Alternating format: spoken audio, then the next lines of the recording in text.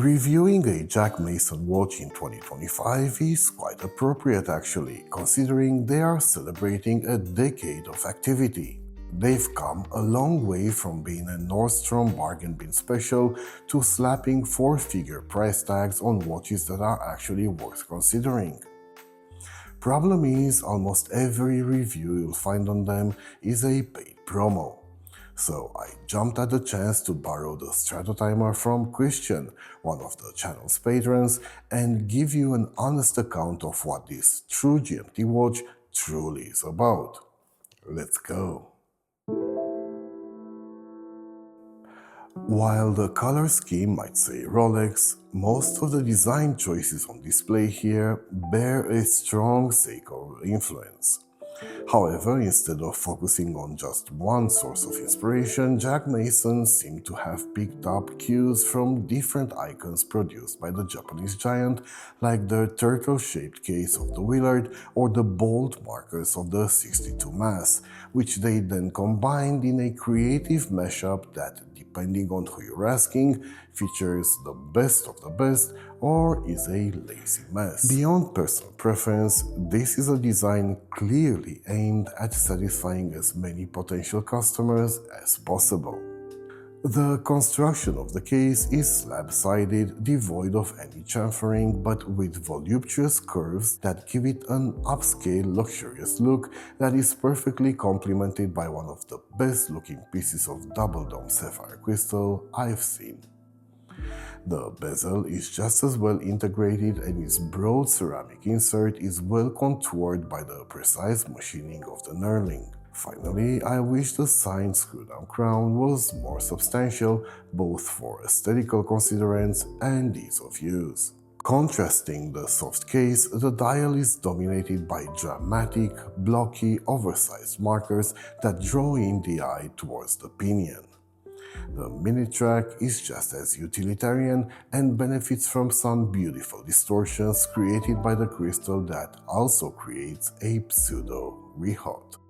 Jack Mason ran the risk of unbalancing the dial by opposing the Lone Star of Texas to no less than 3 lines of text under the pinion, but the end result is surprisingly consistent. Then they had to go and mess with it.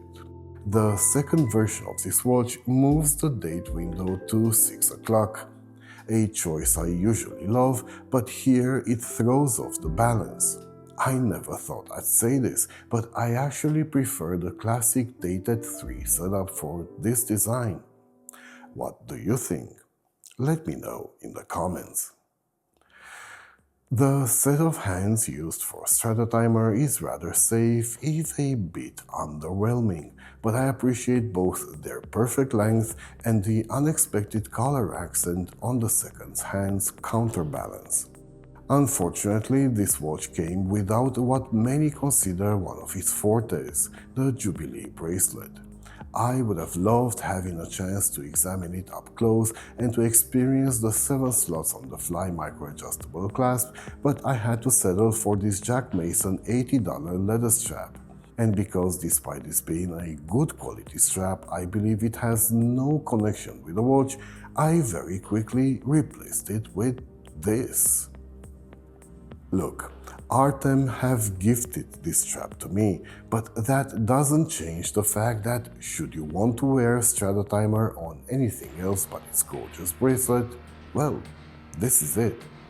This is not my first rodeo with Artem straps, but this new Hydroflex line is a step above, which is an accomplishment. The Australians have slightly reduced the padding and have improved the inner lining, and the result is a strap whose comfortable fit will now fully complement its durability. Don't get me wrong, the standard Artem canvas are amazing quality, and their price seems to have actually been slashed, but it took a couple of weeks to break them in, and on hot days they will cause a bit of perspiration. This one though will conform to your wrist out of the box, and the distance between holes is small enough to get a great fit in any circumstance. This is where Stratotimer truly shines, pun intended. The transition between the brushed top of the case and its mirror-polished sides is so precise that in certain lighting you can't even tell where one ends and the other begins. It's one of the best finished cases I've seen, regardless of price, and it provides a fitting pedestal for a bezel whose finishing is on par with Rolex, honestly. No backplay in any of the 48 positions of the bidirectional bezel, and alignment is to the T. The way the crystal seems to be forming a seal between the bezel insert and the dial is delicious, and the precise cuts of the blocky indices against the semi-gloss finish of the dial is downright luxurious. So, just in case I wasn't clear enough, this is one of the best finished watches I've ever handled, which, when it comes to the case, makes me wonder why Jack Mason did not treat it with an anti-scratch coating to protect those pristine surfaces. And that's the only objective thing that I feel this watch is lacking.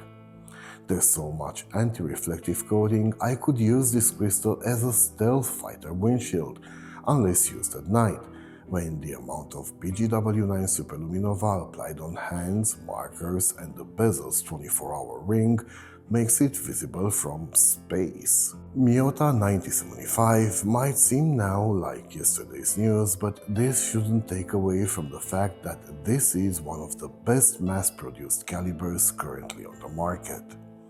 As any true GMT movement, it will consider the 24 hours hand to be the home time indicator, while the classic hour hand is meant to show the time in whatever particular time zone the wearer is.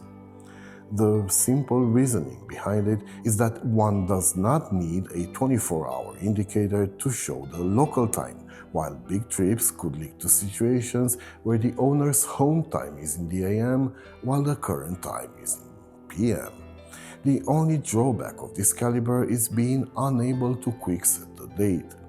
That inconvenience is partially mitigated though by the date wheel being able to change bidirectional.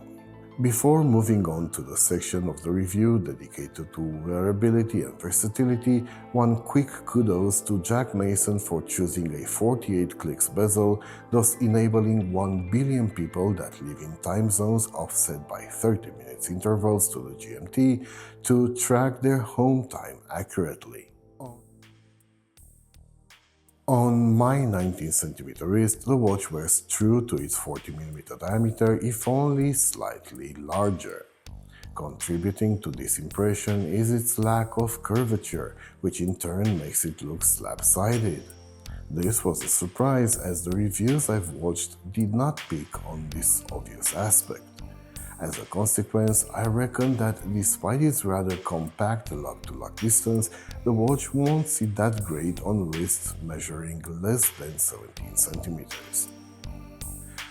As for its versatility, I'm not a fan of wearing diverse styled watches with more formal attires, but for those that are into this type of watch, that shouldn't be an issue.